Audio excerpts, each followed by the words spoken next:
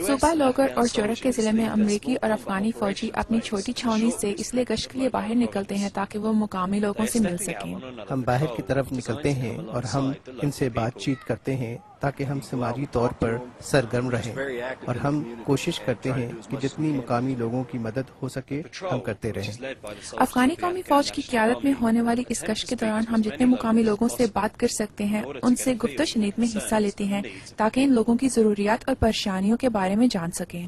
ہم قصبوں کے بارے میں مختلف بزرگوں، مولویوں اور شورا کے ارکان سے پریشانیوں کا اندازہ لگانے کے لیے ان کے ساتھ بات چیت میں حصہ لیتے ہیں۔ جو ہی یہ فوجی ضلع کے بازار تک پہنچتے ہیں تو وہ چند مقامی لوگوں کو امونیم نائٹریٹ کی مقدار والی کھاد بیچتے دیکھتے ہیں، اور چونکہ یہ کھاد گھریلو ساختہ بم بنانے کے لیے استعمال کی جا سکتی ہے، افغانی حکومت نے اس کو افغانستان میں قانونی طور پر ممنوع کر دیا ہے۔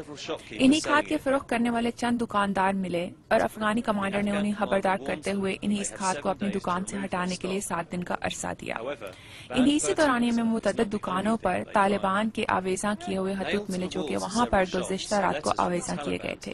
ان کو رات کے خطوط کے نام سے جانا جاتا ہے، اور طالبان یہ ہر بار لوگوں کو ڈرانے دھمکانے کے لیے اپناتے ہیں۔ ان پر طالبان نے ان مقامی لوگوں کے لیے 7 دھمکیاں درج کی تھیں جو کہ افغانی حکومت یا ISAF فورسز کی مدد کریں گے۔ ان خطوط پر دھمکی بھی دی گئی تھی کہ اگر کسی نے خود ساختہ بموں کو سڑک میں چھپانے والے اشخاص کی شناخت کی تو ہم اسے مار ڈالیں گے۔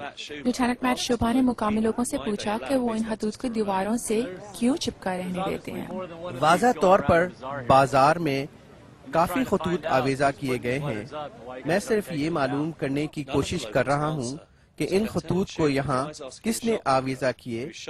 آپ لوگ انہیں ہٹا کیوں نہیں دیتے؟ جب مقامی لوگوں نے جواب نہیں دیا تو لیفٹیننٹ شوبھا نے دکانداروں سے پوچھنے کی کوشش کی کہ ان خطوط کو دیواروں سے کس نے چپکایا تھا۔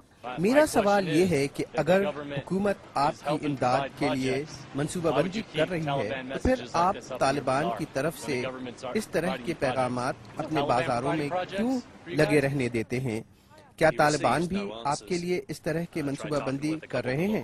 انہیں کوئی جواب نہیں ملتا۔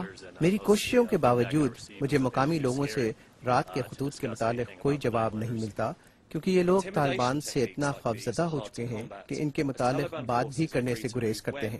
ان ڈرا دینے والی تدبیروں سے بھگتنا مشکل ہوتا ہے، کیونکہ جب افغان اور ISAF کی فوجیں علاقے سے چلی جاتی ہیں تو طالبان یہاں ڈراوے کے لیے دوبارہ نمودار ہو جاتے ہیں۔ جب یہ گشت چھاؤنی کی طرف لوٹ رہا ہوتا ہے تو طالبان نے دستی بم گشتی گروہ کی طرف پھینکا۔ افغان اور ISAF کی فورسز کا اس ماحول میں رہنا اور کام کرنا مشکلات سے خالی نہیں، لیکن انہیں یہ امید ہے کہ مقامی لوگ افغانی حکومت کے ساتھ کام کرنے میں اپنے مفاد کو سمجھ جائیں گے اور طالبان کی مہم کو مسترد کر دیں گے۔ لیکن آج کے گشتے لگتا ہے کہ فی الحال یہ وقت ابھی دور ہے۔ جاش فورچن نیٹو چینل اور لوگر افغانستان سے آپ سے منتخب ہیں۔